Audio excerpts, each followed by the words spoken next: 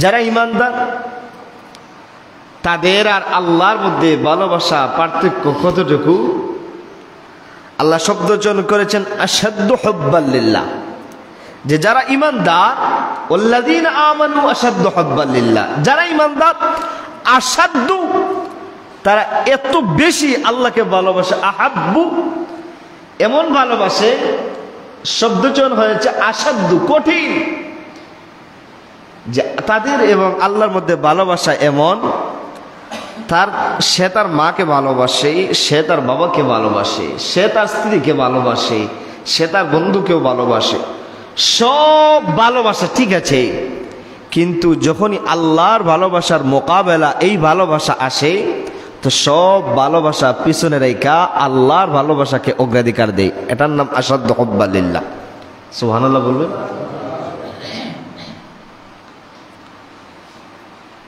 আমরা শুধুমাত্র মুসলমান, নামাজ নাই।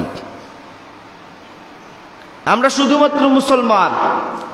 একটা যুগীপাড়ার একটা ছেলে, একটা বয়স্ক মানুষ যদি কোনো জায়গায় মেহমানদারি যায়, নতুন এক জায়গায়,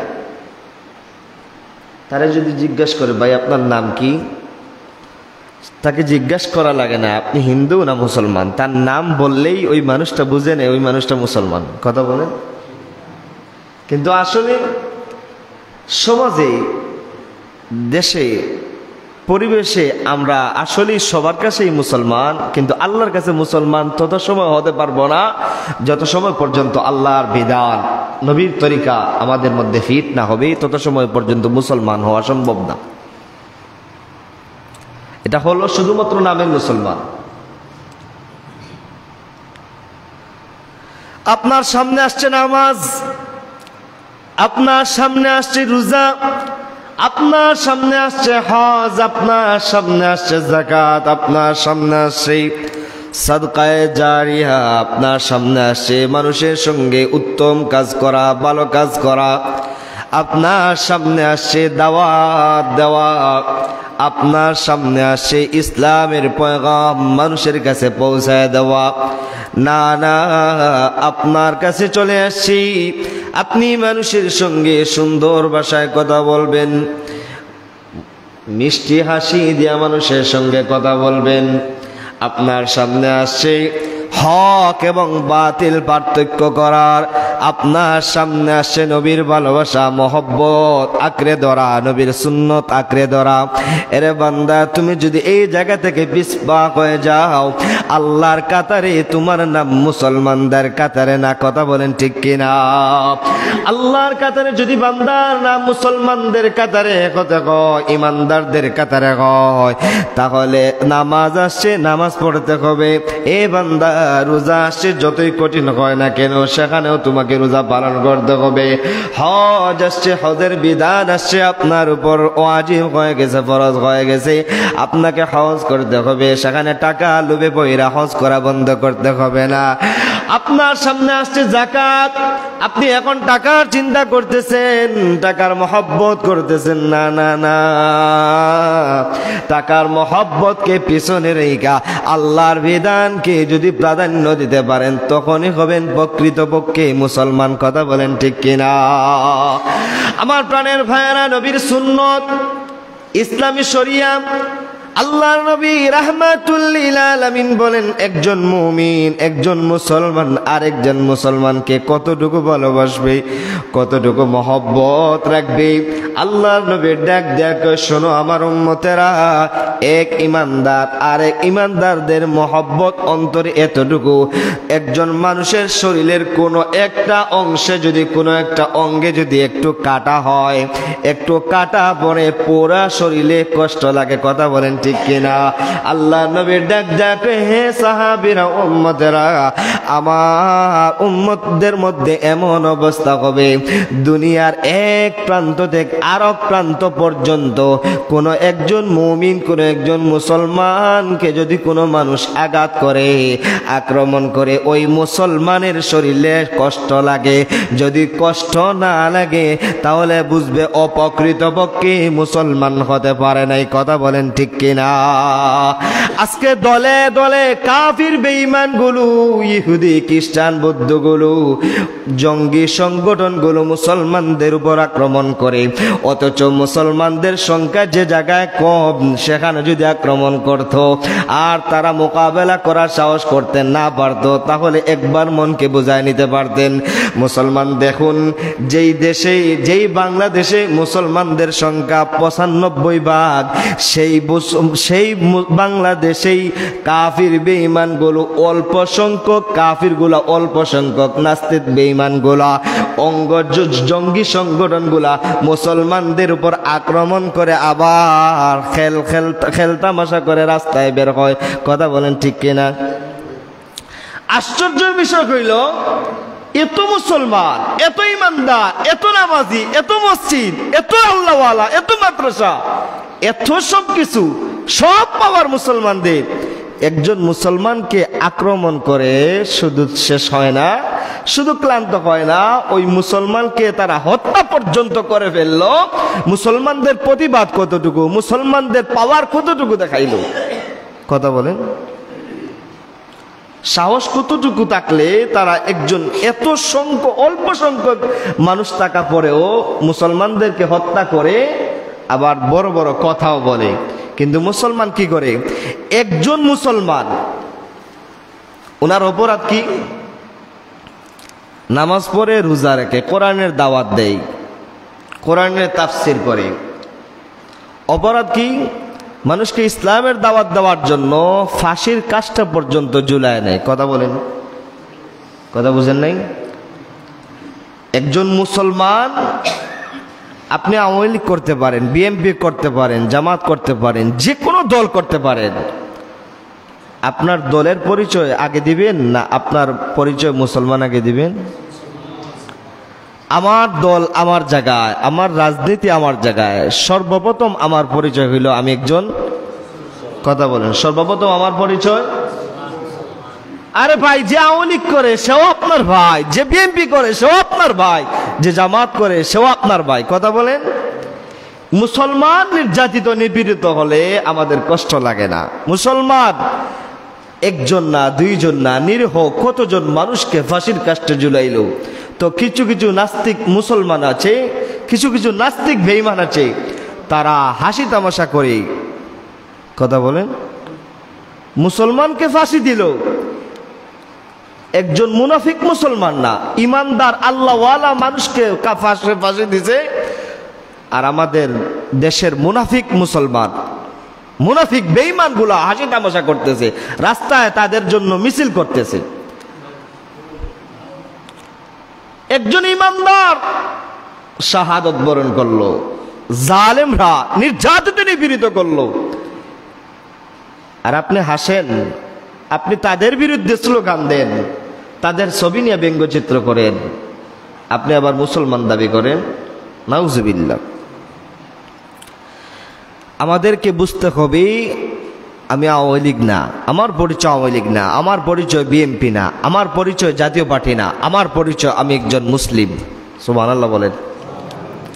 আল্লাহ বলছেন, যদি তুমি এটা মনে করতে পারো ইন্নানি মিনাল মুসলিমিন, আমি হইলাম মুসলমান, তাহলে তোমার দুনিয়ার সব কিছু ছেড়ে দিয়া আল্লাহকে প্রাধান্য দাও, নবীকে প্রাধান্য দাও, ইসলামকে প্রাধান্য দাও। যদি তোমার অন্তরে ইসলামকে প্রাধান্য দিতে পারো, তবেই হবে তুমি সর্বোত্তম মুসলমান। সুবহানাল্লাহ। একজন মুসলমানকে হত্যা করলে আপনার শরীরে কষ্ট লাগবে। যদি আপনি মুমিন হন, আপনি কিসের প্রতিবাদ করেন? আপনি ঘরে বৈশা তামাশা দেখেন? মুসলমানদের উচিত কি ছিল? মুসলমান কোনো মানুষকে অন্যায়ভাবে আক্রমণ করার বিধান দেয় নাই। যে যার ধর্ম পালন করবে সে তার ধর্মই পালন করবে, তাকে বাধা দেওয়া যাবে না। কিন্তু দেখুন, কোনো মানুষ, কোনো সংগঠন যদি ইসলামের উপর আক্রমণ করতে আসে, তখনই মুসলমানদের ঐক্যবদ্ধ হওয়ার প্রয়োজন আছে না নাই? জুড়ে বলেন। আমার দল যেখানেই থাকুক, আমি মুসলমানদের সঙ্গে ঐক্যবদ্ধ হব। যদি মুসলমান অল্প সংখ্যক মানুষ, এমন একটা দল আছে, এমন একটা সম্প্রদায় আছে যারা সংখ্যায় কম কিন্তু মোকাবেলা মানুষ 5,000 মানুষ 100 মানুষের মোকাবেলা করার সাহস করতে পারে না। কেন? তাদের একত্বতা, তাদের ভ্রাতৃত্ব, তাদের মর্যাদা, তারা একজন আরেকজনকে এত ভালোবাসে যে 100 মুজাহিদ নিয়ে যদি ময়দানে নামে তো দেখা যায় 5,000 সৈন্যের মোকাবেলা 100 দিয়েই আক্রমণ করেই জয়লাভ করে চলে আসে। কথা বলেন, এরকম পরিস্থিতি। সাহাবায়ে কেরাম মাত্র 313 জন, 1000 আসছে, 2000 আসছে, 3000 আসছে, তো দেখা যায় এই 313 জনের মোকাবেলা তারা করতে সাহস করতে পারে না। সুবহানাল্লাহ বলে। আজও পৃথিবীতে যদি মুসলমান যদি ঐক্যবদ্ধ হয়ে যায়, ঐক্যবদ্ধ একই প্ল্যাটফর্মে চলে আসে, আল্লাহর কসম সারা পৃথিবীর নাস্তিক মুরতাদ বেঈমান একত্রিত হয়েও মুসলমানদের মোকাবেলা করার সাহস করতে পারবে না। কথা বলেন। ইন্নাল্লাযীনা আমানু, নিশ্চয়ই যারা ঈমান আনে। এই ঈমান কেমন ঈমান জানেন?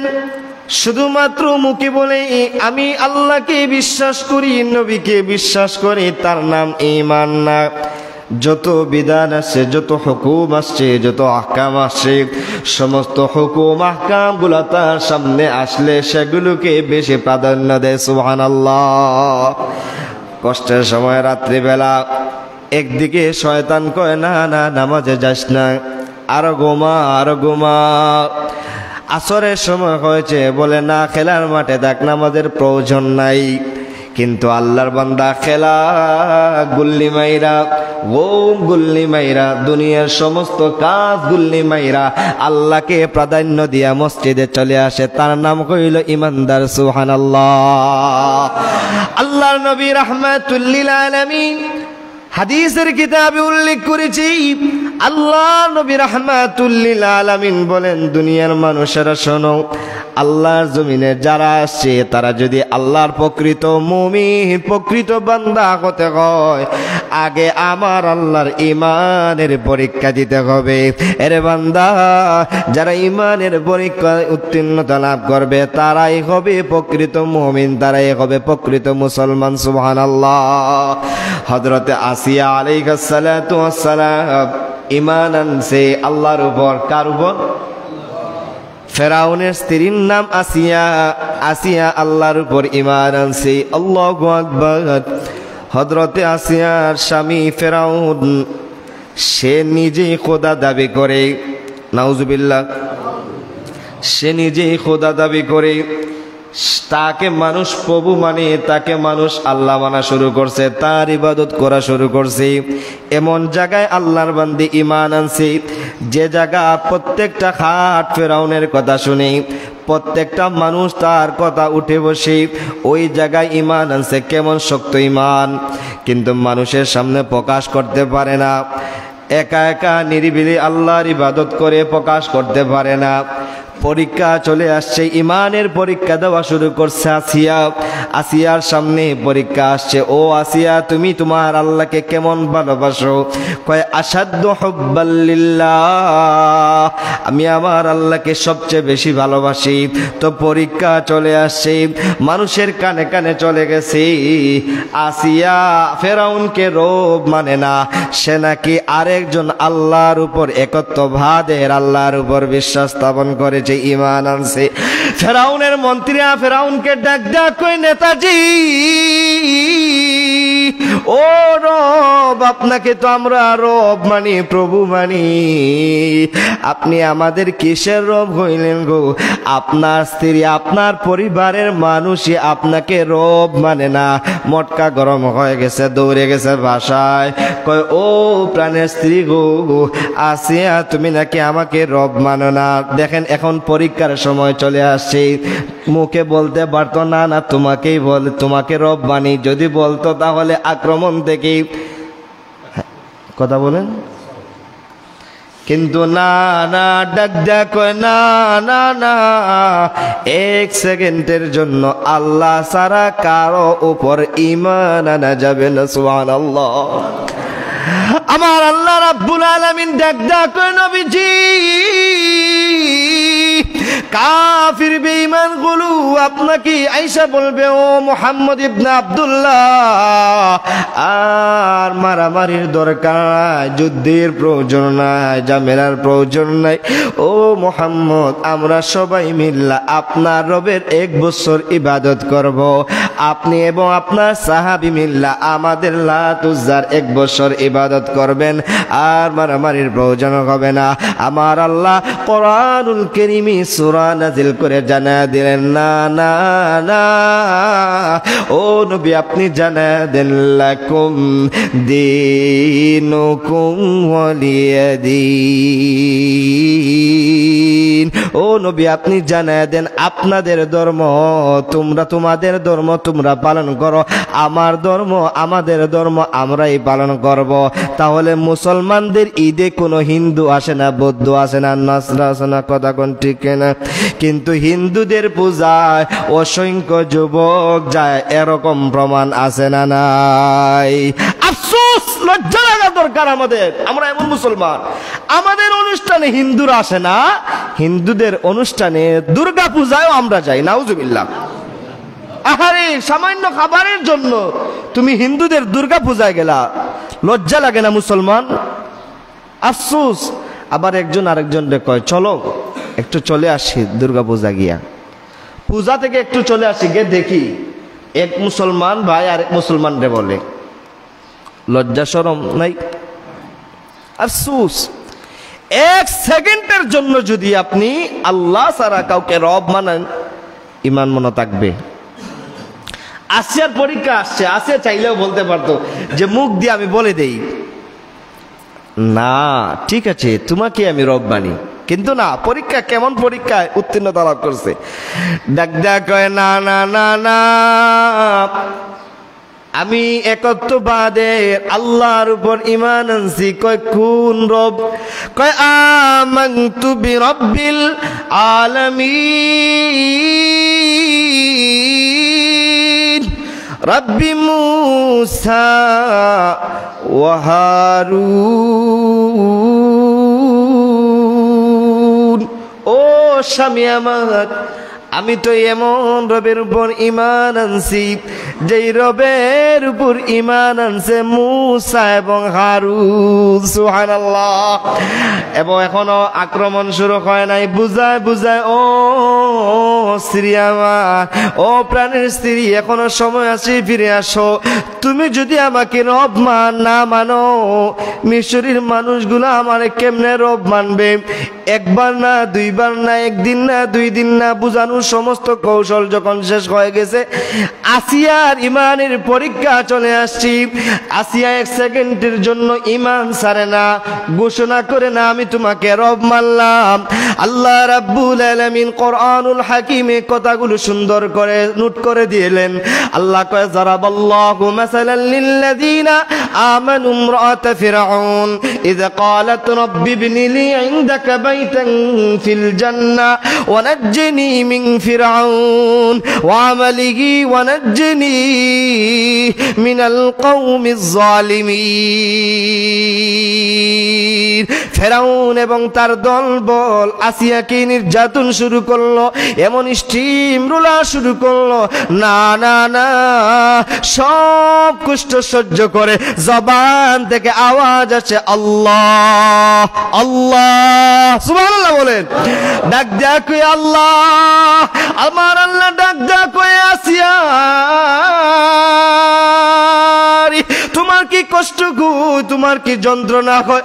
আসিয়া ডাক দেয়া কই না গো প্রভু, না না, এই কষ্টকে আমি কষ্ট মনে করি না, আপনি আমার জন্য জান্নাতে একটা বাড়ি বানায় দেন। আমার আল্লাহ ডাক দেয়া কই আসিয়া টেনশনের কোনো কারণ নাই, চিন্তার কোনো কারণ নাই। এই কষ্টকে যখন তুমি কষ্টই মনে করো না, আসাদু হুব্বাল লিল্লাহ, আমি আল্লাহর ভালোবাসাকে তুমি যখন বান্দি প্রাধান্য দিয়ে দিলা, আমি আল্লাহ তোমার রূহকে এই মুহূর্তেও আমি আল্লাহ তোমার রূহকে জান্নাতের মধ্যে ঢুকা দিলাম। আমার আল্লাহ ডাক